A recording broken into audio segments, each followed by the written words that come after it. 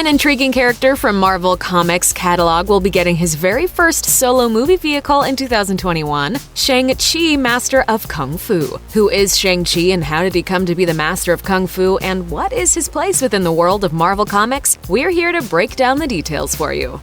You may be aware that in the early 1970s, everybody was kung fu fighting, or at least they wanted to be. This was largely thanks to Bruce Lee, who had been exposed to American audiences via the television series The Green Hornet and with starring roles in films including Game of Death and the posthumously released Enter the Dragon, which kicked open the door for future superstars like Jackie Chan. The TV series Kung Fu, which starred actor David Carradine, is said to have originally been developed for Bruce Lee. Marvel hoped to adapt the series to cash in on the martial arts craze, but the House of Ideas was unable to obtain the rights. As quickly as you can, snatch the pebble from my hand.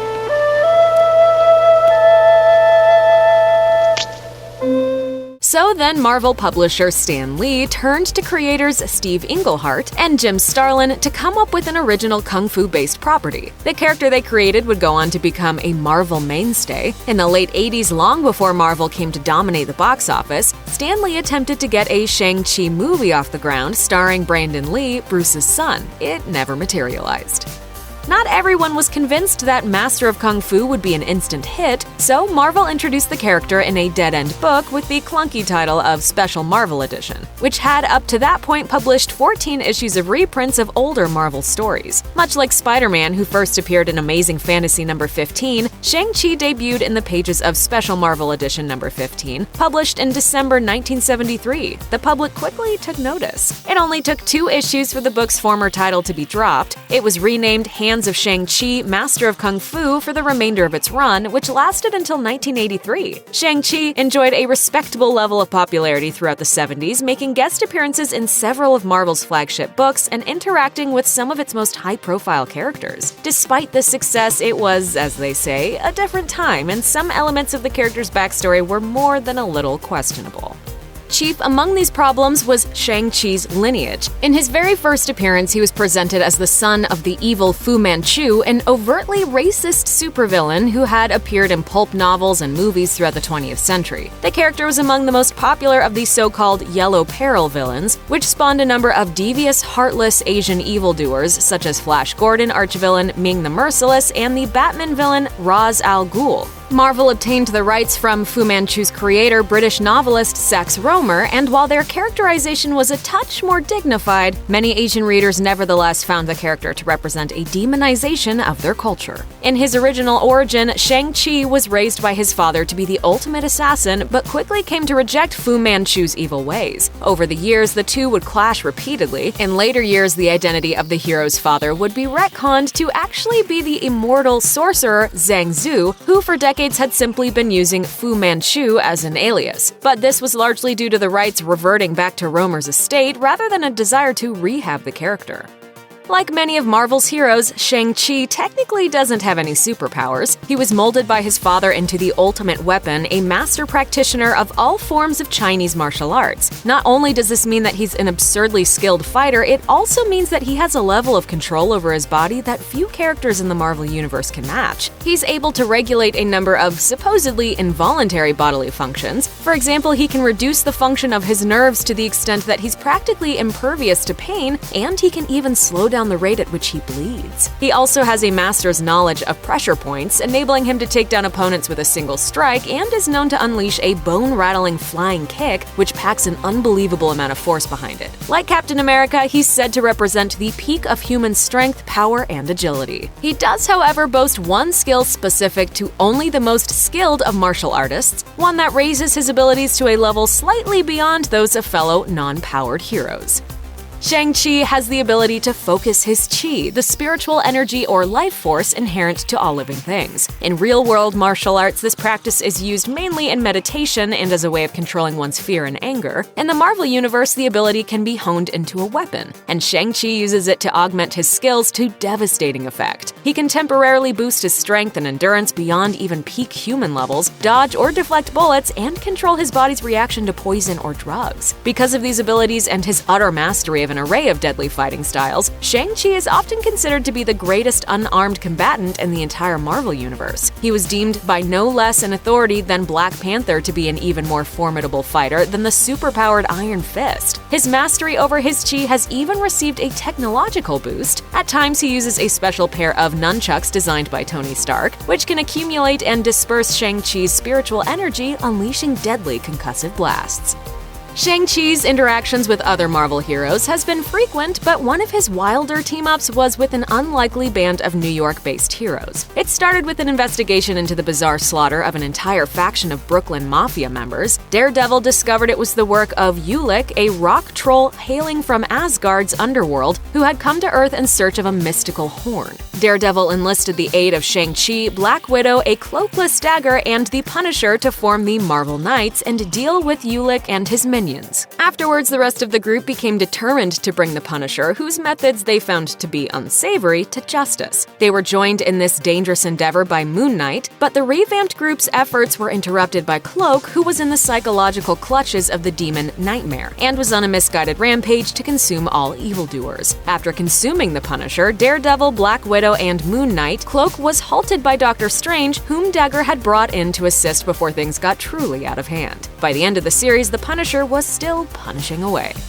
Shang-Chi has occasionally been called upon to train other heroes in hand-to-hand combat, including your friendly neighborhood wall crawler. During the Revenge of the Spider Slayer story arc, Spider-Man realized that the villain, Alistair Smythe, had found a way to imbue his Spider Slayer robots with a version of his spider sense. He created a device to disrupt the ability, but was forced to set it off manually, deactivating his own spider sense in the process. This caused some difficulty in the subsequent Spider Island event, during which thousands of heroes, villains, and ordinary citizens alike developed spider powers. On the recommendation of Madame Web, Spidey went to Shang-Chi for training. He created a completely new martial arts style intended to complement Spider-Man's powers, which he called the Way of the Spider. Spider-Man became an even more dangerous fighter than he already was, using his newfound martial arts prowess to take down opponents as powerful and skilled as Spider-Woman and even Shang-Chi himself.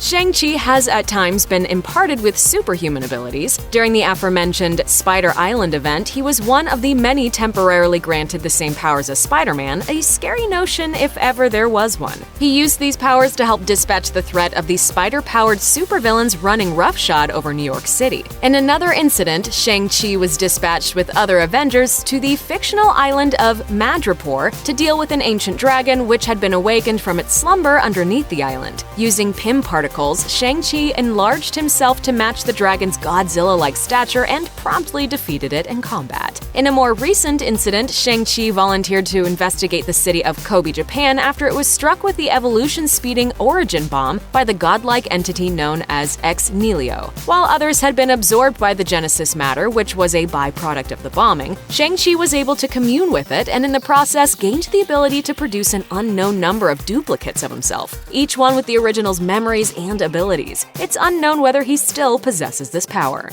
Back in 2006, when Marvel first announced its intentions to start Marvel Studios and produce a slate of films featuring some of its lesser-known characters, virtually no one was thinking that the endeavor would result in the single highest-grossing film franchise of all time. Avengers!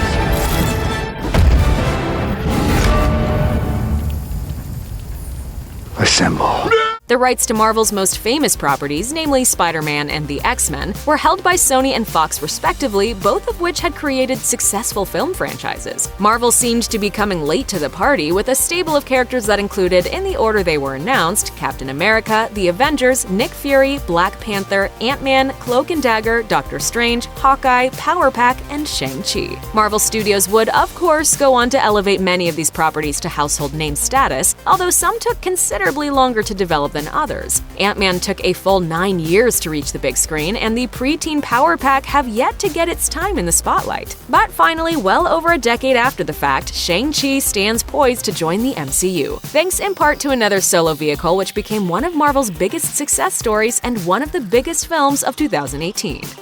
Black Panther astonished audiences, crafted mainly by African-American filmmakers and featuring a hero who is the king of the technologically advanced African nation of Wakanda. This never gets old. The film proved that big-budget blockbusters created from a specific cultural viewpoint can resonate strongly with general audiences, and it even outgrossed the juggernaut that was Avengers: Infinity War at the domestic box office. Taking a cue from this success, Marvel appears to have gone all in on diversity, and it's likely the studio's hope that Shang-Chi and the Legend of the Ten Rings can strike a similar chord in pop culture at large. To this end, the production has been loaded up with talented people of Asian descent on both sides of the camera. Japanese-Irish-American Destin Daniel Cretton will direct from a screenplay by Chinese-American scribe Dave Callahan, who is contributing to Warner Brothers' upcoming Wonder Woman 1984, as well as Sony Pictures Animation's as-yet untitled sequel to Spider-Man Into the Spider-Verse. Chinese-Canadian actor Simu Liu has landed the title role, and the suddenly ubiquitous rapper-turned-actor Awkwafina will appear among the supporting cast. Legendary Chinese actor Tony Leung will co-star as the Mandarin, an iconic villain who many fans feel was previously given extremely short shrift. The title of Shang-Chi's solo vehicle quickly got the attention of Marvel fans, alluding as it does to a mysterious terrorist organization that has lurked in the shadows of the MCU since its inception. The Ten Rings are the group responsible for Tony Stark's kidnapping in Iron Man. They've been alluded to in both of that film's sequels as well as Ant-Man. They're led by none other than the real Mandarin, who famously wears a ring on every finger in the comics. This is not the phony Trevor Slattery or his handler Aldrich Killian, both of whom falsely laid claim to the Mandarin name. Where's the Mandarin? Where is it? Whoa, he's here. He's here, but he's not here. He's here, but he's not here. In Shang-Chi and the Legend of the Ten Rings, this group will finally step out of the shadows and truly make their presence felt. The Ten Rings are dedicated to nothing less than the destabilization of the entire planet, sowing the kind of chaos which will lead to the collapse of world governments and create a power vacuum. They've butted heads with Iron Man, Black Widow, and Nick Fury, but they'll soon face the master of Kung Fu, who never met a challenge that he couldn't kick the absolute crap out of. Check out one of our newest videos right here. Plus, even more Looper videos about the MCU are coming soon. Subscribe to our YouTube channel and hit the bell so you don't miss a single one.